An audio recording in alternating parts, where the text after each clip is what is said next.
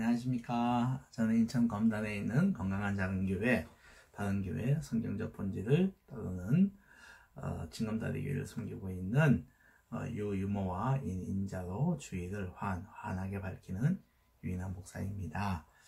진검다리 교회는 건물을 소유하지 않으며 성도가 100명이 출석하면 분립하는 건강한 교회입니다.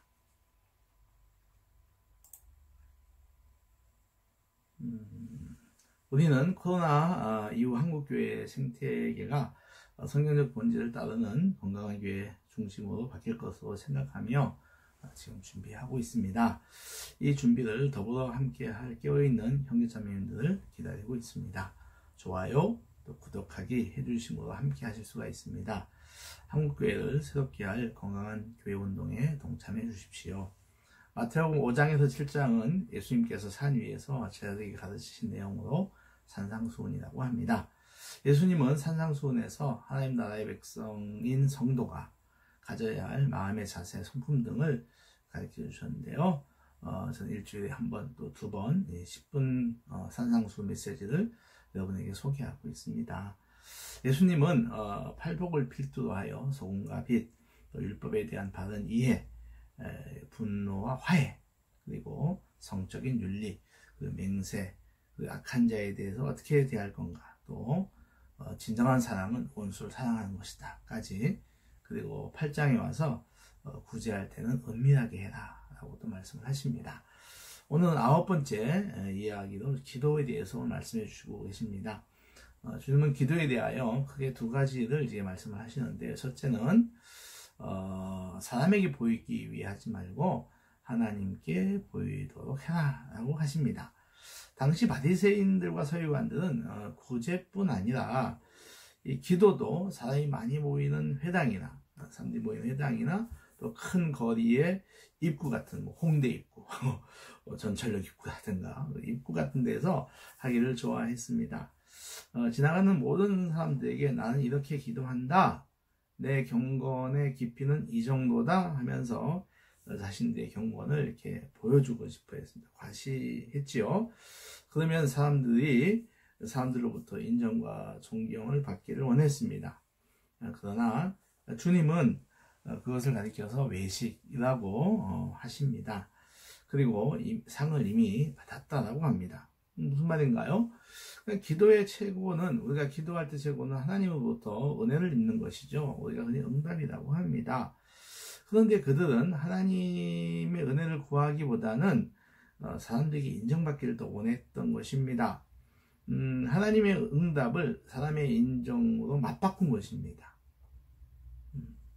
그러니까 하나님의 은혜가 들어갈 자리가, 그러니까 하나님께서 보시고 그 기도를 들어주시고자 하는 그 마음의 자리가 이미 사라져버린 것이죠. 그러니까는 상이 없다라고 말씀하십니다. 주님은 그렇게 하지 말고 골방에 들어가서 은밀한 중에 계시는 내 아버지께 기도하라고 합니다. 하나님께서 갚을 것이라고도 말씀하시는데요. 하나님은 은밀한 곳에만 계신 분은 아니시지요. 그분은 어디든 계시기에 골방에도 계시고 또 광장에도 계십니다. 그러나 하나님은 은밀한 곳에서 하는 기도를 더 좋아하십니다. 왜냐하면 은밀한 곳은요, 듣는 사람이 없습니다. 자신의 기도를 듣는 사람도 없고 보는 사람도 없습니다. 그러니까 하나님과 자기만 있는 거죠. 1대1. 1대1 만남입니다.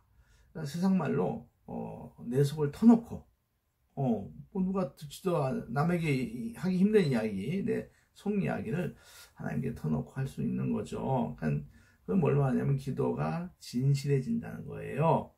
그리고 그 기도가 깊어진다는 것을 말합니다. 두 번째, 주님은 이방인같이 중언부언 기도하지 말라고 합니다. 여기서 중요한 것은 이방인보다도 이 중언부언하는 기도 태도예요.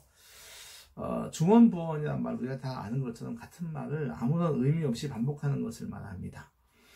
정해진 주문처럼 입으로 주절되는 기도지요. 네.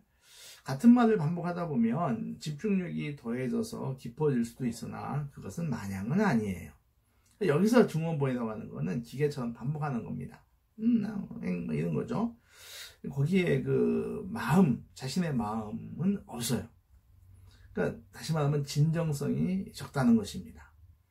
그런데 그렇게 기도를 하는 이유는 그렇게 해야지만이 하나님께서 자신들의 기도를 들을 거라고 여긴다는 것이죠. 주님께서 그거를 이제 지적하시는 거예요. 우리 어린아이들이 필요할 것이 있을 때 뭐 시장 같은 데 가거나 그러면 이제 뭐 사달라고 부모님에게 조르잖아요. 처음엔 조릅니다. 저거 사줘, 저거 먹고 싶어 막 그럽니다. 근데 졸라도 잘 안 들어주면 이제 그 조르는 게 이제 더 올라가서 이제 도수가 올라가서 떼르가 나오죠. 떼를 씁니다. 길거리 어떤 애들은 막 길거리에서 두 눕기도 해요. 벌떡 까부라고 합니다. 우리 어릴 때 아이들 길러보면 이런 경우 있지요. 그러면 부모들은 사줄 마음은 없어요. 없는데 거기 사람들도 많고 하니까 또 이제 그런 눈이 있어서 사주기도 할 때도 있지요. 예. 그런데 사주면서도 부모의 마음은 좋지 않습니다. 편치 않은 거죠. 집에 가서 보자 뭐 이럴 수도 있을지 모릅니다. 중요한 것은 마음입니다. 마음이 담긴 기도는 같은 말을 반복해도요 느낌이 달라요. 어쩌면 우리의 원함을 어떻게 본다면 우리가 원하는 기도의 내용은 길지 않습니다. 그러니까 이런 말 저런 말 미사여구나 수식어를 사용하지 않아도 전혀 괜찮습니다. 문장보다는 그 문장에 담겨있는 우리의 마음이겠지요. 그게 더 중요하다고 말씀하시는 거예요. 한나를 보십시오. 그녀의 기도는 간단합니다. 내게 아들을 주십시오. 그러면 하나님께 드리겠습니다.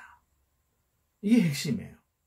물론 그녀는 그 자식을 이미 낳아가지고 남편으로부터 사랑을 받고 있는 그 남편과의 그 관계, 그러니까 자녀를 생산하는 것을 이제 이렇게 그 자랑하는 분인나에게 당한 서름도 고백했을 겁니다.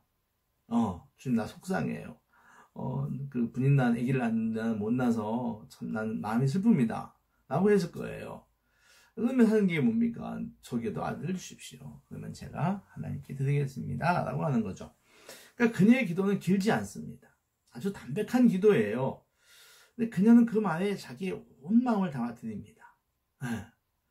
그러니까 입술만 움직이고 음성은 들리지 않아요. 그러니까 그 성전에 있던 제사장 엘리가 대낮부터 술 취했냐? 라고 생각할 수도 있습니다. 오해할 수도 있는 거죠. 그러니까 그만큼 이 한나는 그 말에 자기의 마음을 온전히 드렸던 것입니다. 주님은 이렇게 결론을 내립니다. 하나님은 너희가 구하기 전에 너희에게 있어야 할 것을 다 안다. 이미 알고 있다. 그렇습니다. 하나님은 나보다 나를 더 잘 아시죠. 나를 만드신 분이니까요. 네. 내가 어떤 생각을 하고 내게 어떤 무엇이 필요한가를 하나님도 알고 계십니다. 나보다 더 잘 알아요. 그러니까 하나님 다 알고 있는데 그 하나님께 똑같은 말 해가지고 뭐 계속 보채거나 때를 쓰기보다는 차라리 내 마음의 간절함을 보여드리는 것이 하나님 마음을 움직이는 피결이다 라고 주님이 말씀하시는 것 같습니다. 오늘 주님께서 가르쳐 주신 대로 가르쳐 주시는 대로 은밀한 곳에서 머리보다는 마음으로 가슴을 다하여 기도 드리시어서 하나님을 기쁘게 하고 하나님 마음을 즐겁게 해드리고 맞게 좋으시게 하시겠지 않습니까? 좋으실 거예요. 기쁘게 하고 그래서 하나님부터 은혜의 응답을 많이 받는 성도 되시기를 주의 이름으로 기원합니다. 사랑합니다. 기도하겠습니다. 하나님 아버지, 우리가 기도할 때 사람들 앞에서 하지 않고 은밀한 중에 계신 하나님께 우리의 마음을 담아 기도할 수 있게 도와주세요. 그래서 하나님께서 주시는 갚아주시는 은혜를 저희들이 다 받을 수 있게 하여 주시옵소서. 예수님의 이름으로 기도합나이다. 아멘. 네, 마쳤습니다. 사랑합니다. 좋아요, 구독하기 눌러주세요. 고맙습니다.